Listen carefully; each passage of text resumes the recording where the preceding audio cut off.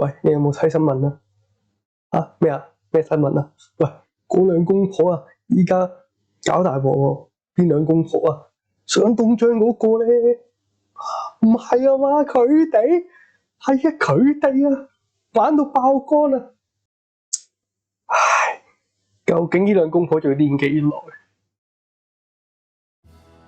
？2025年5月30號發生咗一場轟動全港嘅血案。雖然咧香港通常發生呢啲傷人嘅事件咧，尤其是咧都係爆肝啊、見血咧，一定會上新聞嘅。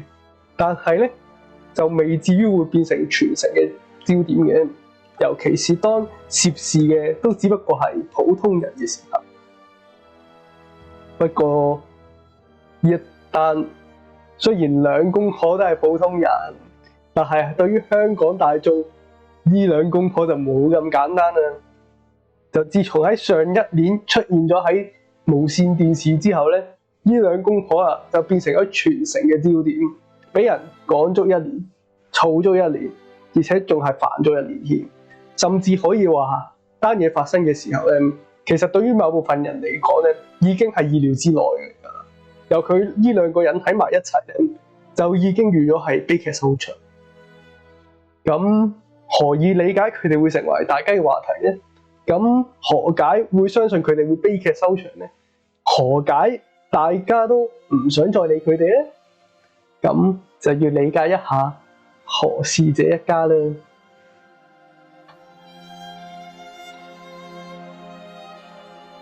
嗱，圍繞住我哋今次事件嘅，主要係一個叫何圈嘅老伯。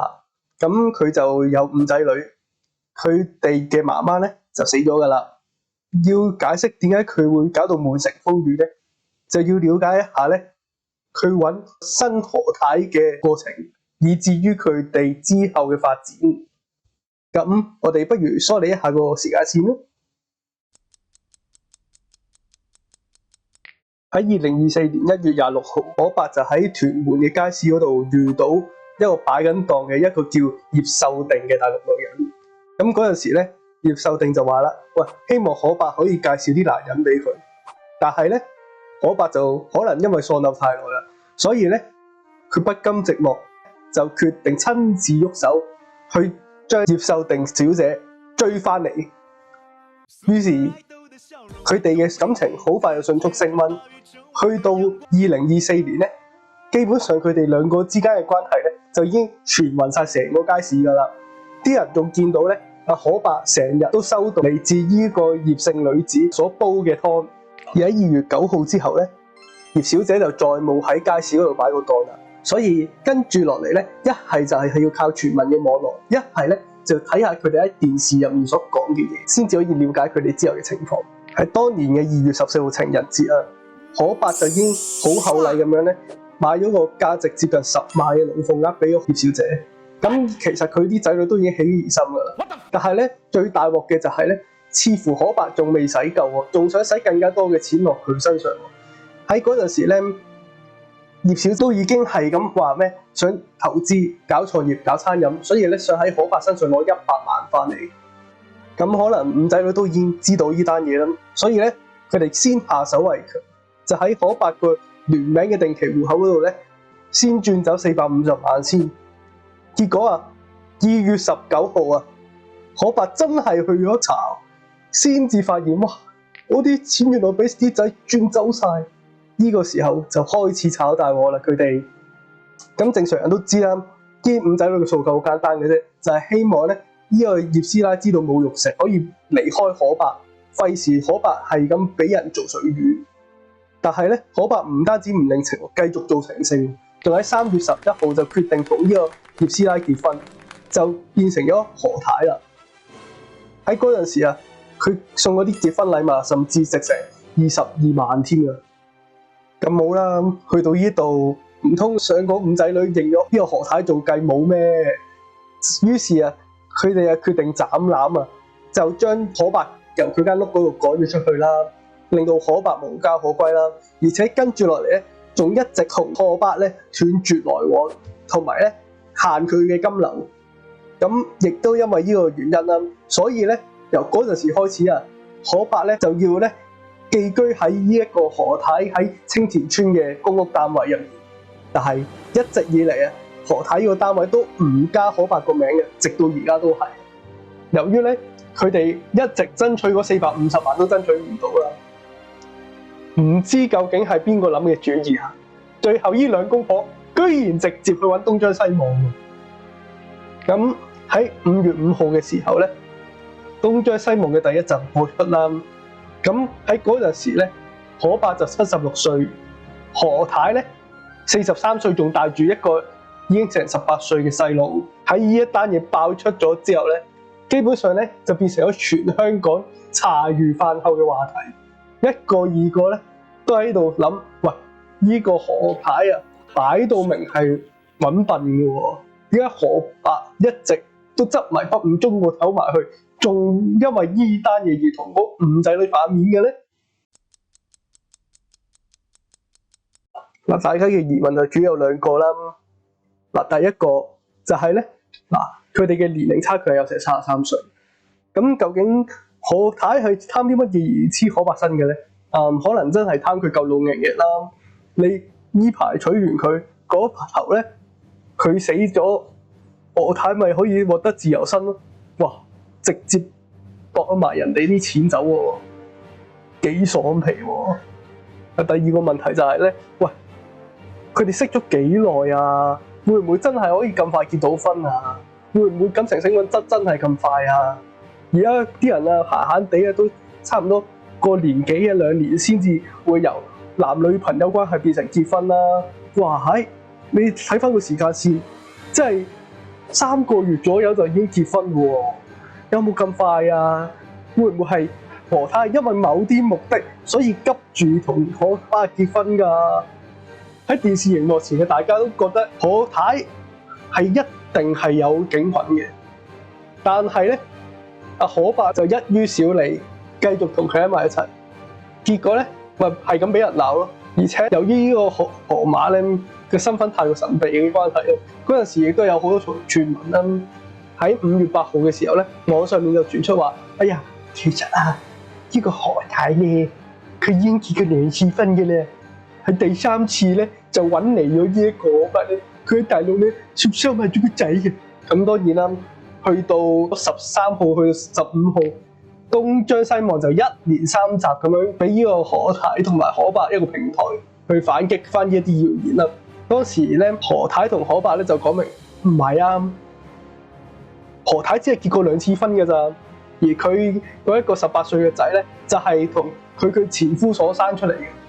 個前夫唔要佢哋啊，所以咧何太咧就要帶住呢一個18歲嘅仔相依為命。嗱，跟住落嚟，大家就發現，咦，唔係喎，呢一個何太咧都幾不務正業下嘅，即係佢唔止咧係咁喺可伯身上攞錢啦，然後咧大家都知道佢相識過程嘅時候咧，何太都只不過係純粹擺檔啦，好似一路炒緊散咁樣啦。最大鑊咧就係喺17號嘅時候咧，大家竟然揾到咧，哇！原來呢個何太咧係開咗個抖音嘅，叫千羽 BB。哇！呢個名之後咧就係咁咧，俾大家一齊笑，即係笑足成年。咁喺嗰度咧都揾到啲非常之恐怖嘅同兩性相關嘅垃圾説話啦。呢個時候大家就發現咩話？哦，原來何太咧佢嘅野心一直以嚟都喺抖音上面嘅喎。哎呀，死啦！佢咁快咁發，咁依家可伯咪揸到冇嗱。基本上睇到呢度咧，大家都嬲噶啦。於是佢哋就開始諗啦，喂，我哋係咪可以做一啲嘢嚟捉下何太咧？咦，佢做呢樣又做嗰樣，佢嘅收入咁不明，會唔會其實係富戶嚟㗎？仲有啊，佢一直俾可伯喺嗰度屈食，又唔喺佢個公屋嗰度咧落可伯個名喎，咁即係濫用公屋啦，係咪？所以咧，啲人就開始係咁舉報啦。而去到6月7號嘅時候咧，房署就話啦，我哋就會查可伯係咪濫用公屋㗎啦。咁去到2024年嘅7月啦，咁阿何太咧做下直播啊，喺陽江嗰度自爆係有物業嘅，結果咧話喺俾人揾到喎，又 cap 到啦，咁詳情你或者可以喺張仔嗰度重溫下嘅，我就唔深究啦。而去到8月嘅時候咧，房署又決定咧出信俾何太啦。咁何太知驚啦，就即刻咧帶住可伯去住酒店，然後就話咩啊？哎呀，我哋咧而家要住酒店噶啦，我哋嗰個公屋咧唔住噶啦，我哋純粹喺嗰度煮飯啦、洗衫啦、做執行李啦。然之後仲帶埋可伯翻大陸添。不過實際上嚟講咧，佢哋係唔諗住長住大陸啊，佢哋繼續東趕兩地走咯。唉，扮乜嘢？嚟到香港嘅時候，咪又係住翻依間公屋單位，咪玩啦。同埋咧喺11月18號嘅時候咧，仲會喺直播嗰度呻，哎呀，13號8號波期間啊，我哋住緊喺個公屋單位嘅，俾個房署突擊檢查，又揾到可伯啊，哎呀，迫害啊！好啦，去到呢度，大家發現話，我不停咁講嗰條直播，係啊，冇錯啊。似乎咧，佢哋兩個紅咗之後咧，就淨係識得咧靠住直播呢一條水咧，透過網上面咧去解決佢哋金流嘅問題。之後就唔知佢哋做乜嘢㗎啦，淨係識得做直播㗎咋，淨係識得做 KOL 㗎咋。同埋佢哋諗住食呢條水咧，就成日出屎橋㗎。何以我變了你的16號愛人？隨便好晒那個他都比我更有趣吸引。唉，喺9月17號嘅時候咧，你話哎呀，我哋咧做緊一個慈善活動啊，捐錢俾無國界醫生啊。結果啊，呢頭咧玩完呢單嘢之後咧，嗰頭無國界醫生就即刻攞出嚟個澄清話：喂，我哋幾時同你合作過啊？冇啊，你唔好玩嘢喎。後尾人發現，哇！頂你個肺啊！連慈善組織都攞嚟過招，你哋黐線嘅喎，真係。但係佢哋唔止喺經營自頻道嗰陣時黐線喎，佢哋就算落到街啊，都一樣咁黐線嘅咋。例如喺12月6號嘅時候啦，又因為咧大家都講佢兩公婆啦，然之後咧就搞到發生爭執啦。之後咧河馬就喺街上面咧打人，然後咧自己嗰條片咧仲擺埋上網添。結果咧當然啦，因為後嚟大家檢舉啦，大家舉報啦，佢條片就冇咗㗎啦。同埋咧喺12月25號，即係聖誕嗰陣時啦，又出咗一條片，就係咧影住可伯耍劍。係啊，即係最近你哋如果有睇程天林嗰個可伯飛刀嘅話咧，佢用嗰個片咧，咪就係直接由何太擺上網嘅咯。三不五時咧，阿何太咧就會係咁話咧：哎呀，我喺出面咧揾到個新嘅對象咧，就嚟唔要可伯㗎啦。一時又話咧：哎呀，我會咧帶阿可伯咧離開香港去美國，佢可以做個工人仔。一時又話：哎呀，我咧識咗個新嘅男仔，可能咧我會去加拿大㗎啦，我唔留喺香港嘅。不過講到後嚟咧，基本上呢啲嘢都冇下文㗎啦，即係可以咧俾人透徹咁樣知道話，一時又講呢樣，一時又講嗰樣，都冇到真嘅，成件小事來來了咁樣，只俾人印象就係，講乜嘢分手啊？你哋咪就係喺度博流量，你哋講咁多次話要離婚啊，究竟邊一次係真啊？但係咧，到咗2025年嘅時候，似乎就嚟真啦。咁喺5月11號嘅時候咧，何太就喺小紅書上面話佢會離婚。呢個時候佢仲話咩？3個月之後就自由。離婚意味住要分居。佢講3個月，即係話頂多陪多可伯3個月。之後真正入紙搞離婚，就會同可伯正式分開。咁可伯仲會有啲乜嘢值低佢呢？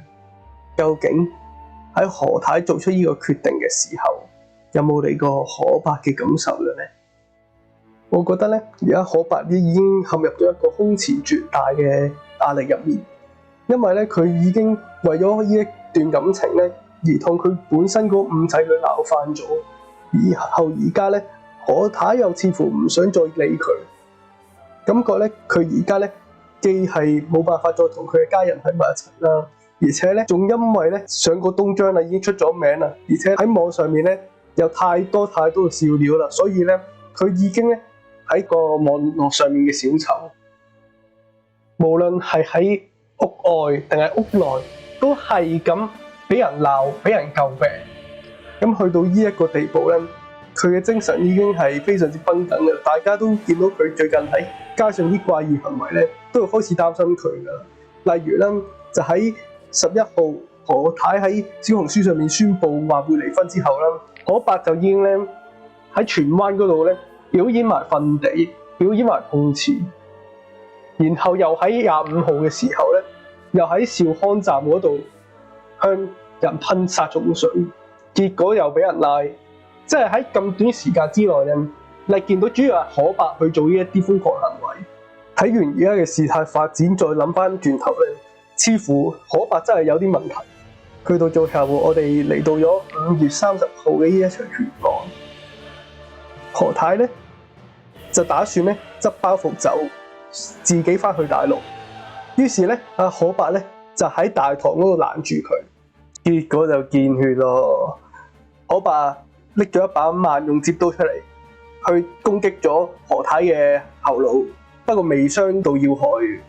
但係咧，何太亦都反擊啦，咬傷咗可伯嘅隻手指，亦都咧利用佢嘅重量啊，將可伯搭咗落地，令到可伯受到嘅傷可大可小。最後佢哋兩個咧都被差佬拉咗同上咗醫院嘅。第二日，傷勢比較輕嘅何太咧就上咗庭。佢雖然能夠成功保釋啊，但係因為咧佢19歲嘅仔已經變咗證人，所以咧佢哋咧係冇辦法相見嘅。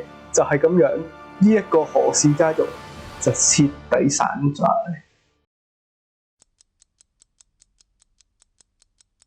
去到呢一度咧，大家都唔難發現，其實感覺咧呢兩公婆出事咧，真係命中注定。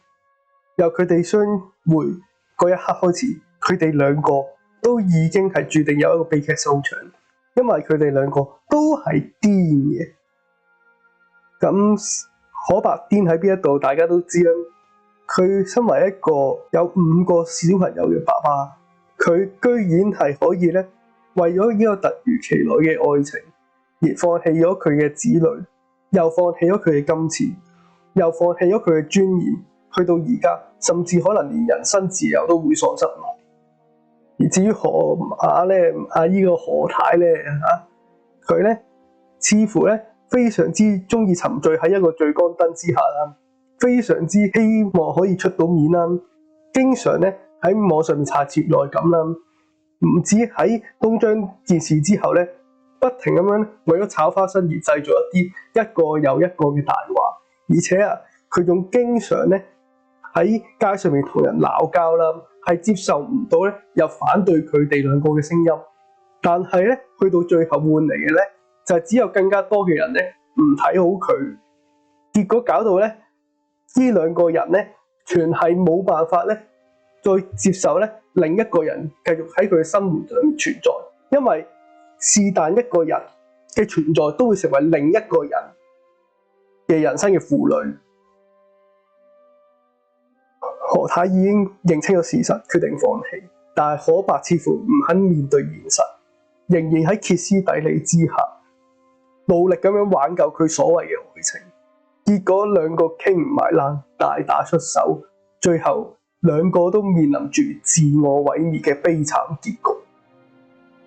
去到最後啦，或者你哋會心諗，我已經唔想再理佢哋啦，佢哋真係好鬼煩。點解佢哋兩個都只不過係普通人嚟嘅啫嘛，日講夜講咁樣，值得講咩？佢哋 Don't make stupid people famous 點解要講呢？ Well， 我會咁睇啦。之所以佢哋值得地討論，係因為佢哋嘅存在對於我哋社會嚟講係一種警示嚟，一種非常之孤獨嘅老人係可以點樣面對突如其來嘅美色，而身敗名裂、車毀人亡，走上不歸路。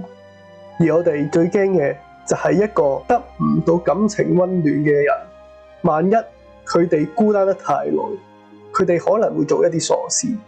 而最擔心嘅就係女嘅嗰一方，好可能係而家存在喺社會上嘅嗰啲所謂撈女，就係嗰一啲純粹當男性係工具人，只要佢哋喺男性身上揸取晒所有嘅金錢利益同埋佢哋嘅精力之後，就直接放棄呢一個虛假嘅感情。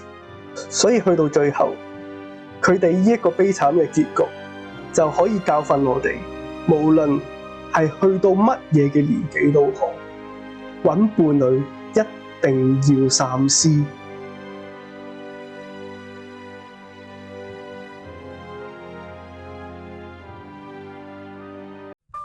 不如你發表下點解呢一條片拖咗成個禮拜？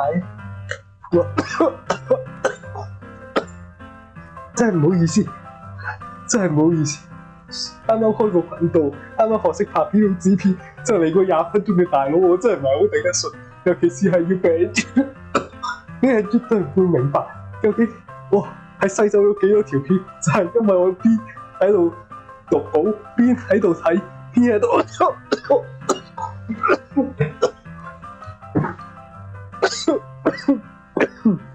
OK， 我睇翻順條片先。如果咧對住我呢啲新拍片嘅初哥，你都敢睇到最尾嘅話，我敬你一條好漢，你好嘢，你真係好嘢。我要飲杯水。